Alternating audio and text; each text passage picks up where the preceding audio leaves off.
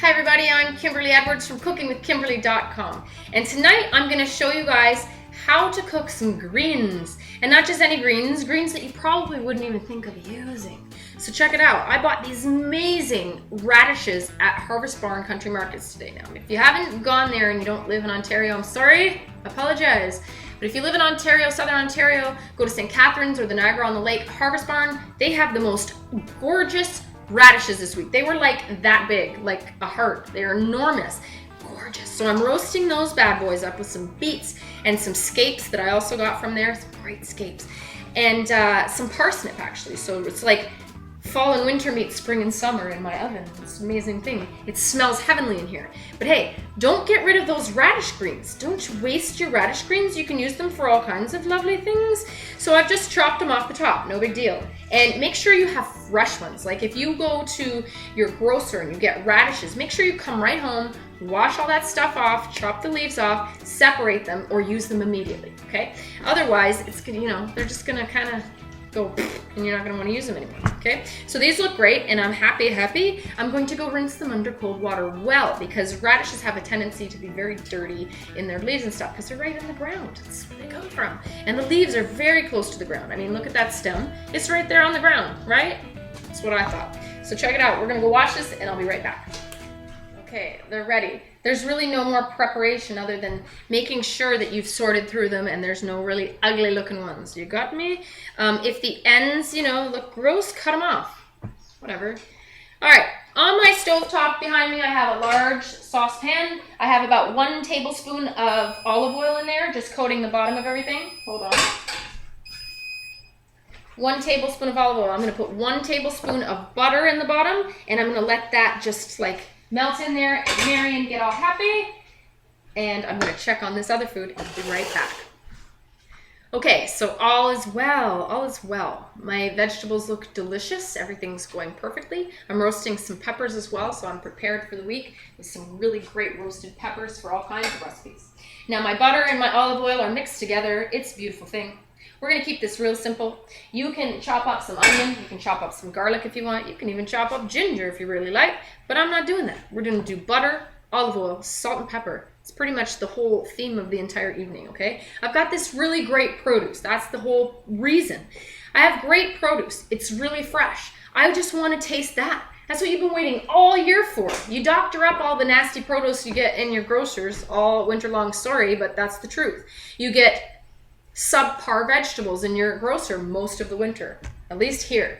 Maybe you don't and you're lucky, but we do. So you got to doctor those things up. And now that you've got this gorgeous fresh local stuff and seasonal things, eat it and enjoy it and really taste those flavors. Don't doctor it all up. Doctor it when you have to. Just be simple when you have really fresh, great ingredients. Now, usually when I'm doing greens, I'll break them up, okay? Now some of these are larger leaves. I'm not gonna put this whole big honking thing in my mouth on my plate. And even if it's all mushed up, I don't wanna do that. So I'm gonna just kind of break them up into bite-sized bits like that, right? No rhyme or reason. I'm throwing everything into the pan. That's all I'm gonna do. I know this looks like a whole bunch of greens, and if you've never cooked greens with me on here before, then you don't know, and if you've never made greens at home, I guess you wouldn't know. This wilts down to like nothing, to like this much, okay? So if you're going to actually make this for a side dish for your family, for like 3 or 4 people, you need quite a substantial amount of greens to be able to do that, because it's just gonna wilt down, and that's okay. Just know that ahead of time. So this will probably be enough for like 2 or 3 of us, okay? Now radish greens, they're pungent like radishes, okay? They have that same sort of flavor, so you don't need a whole bunch of it. You're not gonna eat like a whole plate of radish greens unless you're just, I don't know, tough like that, okay? You're not gonna do that. You're gonna have a little bit of it. You're gonna eat it with your meat. You're gonna eat it with the rest of your sides. Beautiful. So this is gonna go in my pot with no real rhyme or reason. It's going to be sizzling. You can hear it. Got me? Get it in there. It's gonna be lovely. Just break them up. Stir them around after you do that. Hold on. I guess you'll see me in a second when I get right back, when I'm done all this. Now there's all kinds of greens that you can eat. Of course, there's collard greens and spinach and lettuce and, you know, mustard greens and the typical stuff, Swiss chards and things like that. But you can also do all kinds of interesting greens that you didn't know. Like you can use beet greens, you can use your celery greens for things, you can use all those carrot stalks for things. Kinds of cool stuff, okay? So just experiment. Look online if you have to, and just say, hey, can I eat the leaves of this? Especially if they have these big, beautiful, bushy leaves on the top. That's the gorgeous thing about using local produce and seasonal things, is that you're gonna get those other bits and pieces of the veggie that you typically don't. Like when we get corn in the winter, it's all out of the husk. It's all, you know, prepared, and it's in a package, and it's already, has no skin on it, has no thread on it. They took all this corn silk off. That's just an example, okay? So when you can buy things that are seasonal and local and, you know, they look beautiful, do that, because you can use the other parts of those foods to do all kinds of cooler, different things. I mean, when's the last time you had radish greens as a side? That's kind of more exciting, isn't it, than having rice again? I'm just saying. Make your life more exciting. So my greens are in here. I'm just moving them around. I need a spoon or some tongs. We're just going to stir this around a bit. I have it on medium heat with the oil, okay? Now they're starting to wilt. They look gorgeous.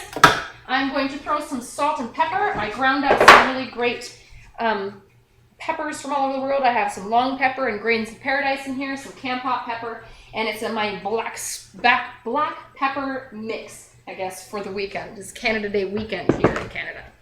So that's my pepper. I'm just going to put some Mediterranean sea salt in. This grinder is from a Drogeria brand, and you can get those online at qualifirst.com. And they're really heavy-duty spice grinders. They have pepper and salt, garlic, and all that cool stuff, okay? Use those. I like them. I use them all the time. So check it out. We're just going to stir this around. Okay? All right. Now, I'm going to add a little bit of liquid, okay? You can get a little bit more creative with the liquid if you want to. I'm going to add a little bit of, you can add chicken stock, beef stock, any kind of stock. You can add water. You can add tea. You can add wine. And I'm going to add a little bit of chicken stock and a little bit of wine. So sit tight. Now, I'm going to use a little bit of chicken broth. I'm going to go ahead and, so you guys can see that, I guess, while I'm sitting here. I'm going to put a couple tablespoons. That's it. That's all I need. This is wilted down almost like to nothing already, okay? All right. So next, let's get this stuff out the way. Next, I'm going to use this white wine. Now, I got this gorgeous white wine today as well from Rancourt Vineyards. Okay, they're in Niagara on the Lake as well. I hope you can see that. Can you see that better? Rancourt. This is their 2012 Noble Blanc. Now, they also have a 2009 Noble Blanc, and I very much like that. But I'm going to try this 2012 today. It doesn't have the Riesling in it. Now, this is a blend. This is a blend of grapes from this winery in Niagara on the Lake. Now, the 2012 does not have the Riesling in. So if you're a great fan of the Riesling, it's just a tiny different flavor, and it's not saying it's any bad or whatever, good or whatever. It's just different. So this tastes a little bit more like oaky Chardonnay, in my opinion, as opposed to, I'm trying to really simplify things down, okay? This is more oaky and Chardonnay-like. It's well-rounded and buttery, and the other one is very crisp and tangy and tart. And like I said, it's like comparing apples and oranges. You can't. However, just so that you guys know, their Noble Blanc for 2012 and their Noble Blanc for 2009, the Noble Blanc 2012 does not have the Riesling, so it's slightly different. But try both of them. They're delicious. They're fabulous. Why do you think I got it? So check it out. We're going to put 2 tablespoons of this in here. Okay? Beautiful. Now, I'm just going to let these greens wilt away, enjoy themselves in this gorgeous liqueur that I've just created for them. I'm also going to put just a hint of red chili flakes. Now, Drogeria also has those chili flakes in a grinder. Okay, beware. When you're using the chili flakes from this grinder, from the Drogeria grinder, I don't know about other ones, but this one in particular, when you grind this up, it's extremely fresh. So when you're using these, like you get at Italian restaurants, the red chili flakes that you buy and you use, way different than using these. This doesn't get crushed up. You don't taste that really fresh flavor. This wow, you only need like 1 or 2 turns of this, and you're like on a spicy cloud nine. Like, that's it. That's all I'm doing. Bing, bing. That's it. Beautiful though. Beautiful flavor. It's exactly what you're looking for. Let's say that. Now, you can go all out with this stuff if you want to, and you want to doctor it up some more. Use some smoked meats. Use some bacon. Fry up some bacon, and then put your greens in there. I mean, that's delicious. Also, you can put like ham hocks. You can put all kinds of things. Smoked turkey. You can put sausages in there. Whatever imparts flavor into it, you want to create that really beautiful juice that's going to coat everything. So my juice has olive oil, has butter, it has a little bit of white wine, and it has some chicken broth. You can't go wrong, right? Salt and pepper. I mean, that's it. So here we go. Now this has all wilted down. You could eat it like this, but I just want this to keep on cooking a little bit longer. We're going to reduce that liquid a little bit. We don't want liquid. We want the flavor from the liquid. So we're going to evaporate the water out, keeping all that gorgeous flavor all concentrated in things. And you'll see these when all that liquid is gone. Well, not all of it. I'm going to leave a little bit, but most of that liquid is gone, okay? Be right back. As you should always be checking your cooking while you're going, I just checked mine. My radish, the stalks of the radish, they are a little bit much more firm than the leaves. And that's cool, the leaves are done. But I do want to eat those stalks, so we're going to have to cook them, and they're all in here, so we're just going to cover it up. So cover that thing up, let it sit there and steam a little bit for a little while. Let those stalks become very nice and tender, and then we're going to get rid of the juice, okay? Cool. All right, these stalks should be done. It's been a couple minutes. I'm just taking the lid off now, and I'm going to let that little bit of liquid, I have a bunch in here still, maybe 2 tablespoons looking. We're going to reduce at least 1 tablespoon of that, so let's get rid of some of it. We're just gonna, you have to babysit it though. Don't go anywhere too far. Keep checking on it. And you want to leave a little bit of that liquid so that if you have to reheat it or something like that, you have a little bit of lubrication. You don't want them to be dry. You want that flavor. You want them to be moist. Okay? So let's get rid of half that liquid. That's a deal with us. We're negotiating. Half that liquid's going to go, and we'll see you in a minute. Okay, we look really good with these radish greens. Let me go get a bowl. Now, remember how many we had, right? I said, wow, you probably were like, wow, that's a lot of radish greens, right? Check this out. This is what all those radish greens, that's all we got left, okay? So everyone's gonna get a nice little, like, scoop of it, okay? So let's taste test this and just re-season if we have to. I'm gonna try just a little hint. Okay.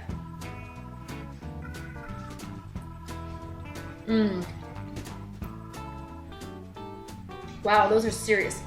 Lots of flavor.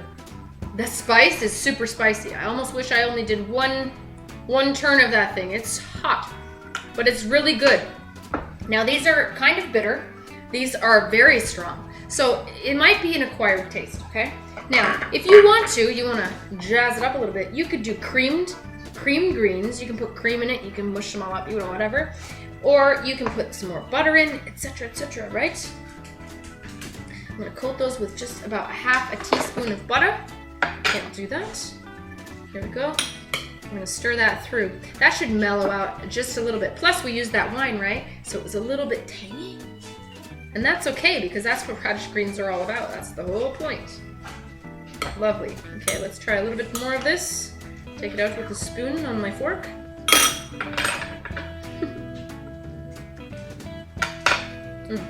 Beautiful.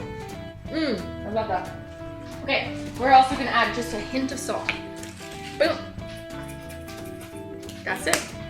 All right, everybody, that's how you cook radish greens. Try them out. They're cool, they're different. Use them if they're fresh, if you find them, okay? All right, everybody. I hope you follow me on Twitter at Cooking with Kim E with a capital E. I hope you like the fan page. It's facebook.com/cookingwithkimberly. My shows are on ifood.tv/cookingwithkimberly and youtube.com/cookingwithkimberly. And my site is cookingwithkimberly.com. Come interact with me. Let me know what's going down in your culinary world. Be champions in your kitchen and eat deliciously.